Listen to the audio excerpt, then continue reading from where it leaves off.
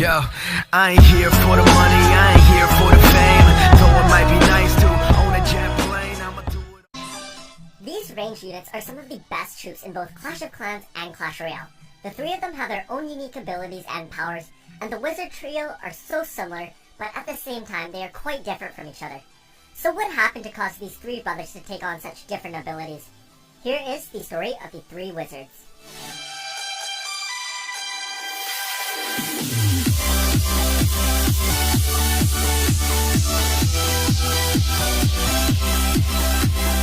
Before there was a village chief, before there was a barb king or even an archer queen, and before most troops were even added into the game, there was an almighty being that had control over the Clash of Clans village. This so-called ruler of the village was a fair ruler, and the rest of the villagers respected him. He was sort of a sorcerer that carried around a staff and a spellbook with him at all times. In battles, he was extremely selfless and tended to provide his army with an aura that kept them alive for longer. Overall, he was an irreplaceable asset and also a well-respected ruler. The Warden, as he liked to call himself, was about to test the strengths of his new powers by performing the most difficult spell ever attempted. He was trying to transform an object into a living person, something that only the strongest magical being could successfully do. He decided to try it on a gem, because that was the most valuable object in the village, and if he was successful, this new being could be almost as powerful as him, if done correctly. So the Warden places the gem on the ground and then stands back and casts the spell. A beam of light shoots out of his staff and travels straight towards the gem. Once the light hits the gem, it reflects through the gem just like a crystal, and from the gem emerges three smaller beams of light. The first beam of light hits the fire at the nearby army camp, the second beam hits a hidden Tesla, and the third travels straight towards the spell factory and hits a bottle of free spell. All three objects begin to smoke and transform into human-looking forms. Then, once the transformation's finished, three mini wardens were standing in front of him. One wore a red cloak and for some reason had a giant afro. Another had a light blue jacket and snow white hair.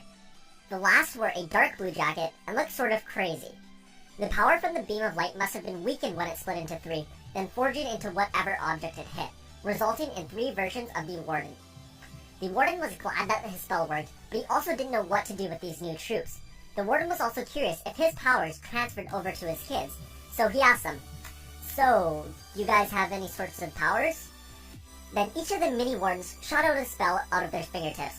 The red one shot a fireball, the blue one shot a deadly snowball, and the dark blue one shot straight electricity.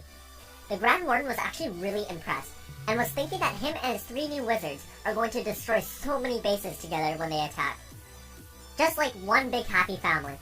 They all came in for a big group hug, but once they touched, the ground started shaking, and then it got more and more violent. Spell bottles started breaking, troops started screaming, and buildings started crumbling. The wizards and warden immediately backed up, and then everything stopped shaking. They looked around and they could see their entire village in ruins. Everything has been destroyed. The warden conspires that their combined power is too great, and if all of their power is in one spot, it can cause great damage to the people and things around them. So he suggests that they should all split up. He then says that he will volunteer to leave, since his power was the strongest, and it wouldn't be fair to have three people leave when one person could just leave. So the Grand Warden packs his stuff and goes on his way.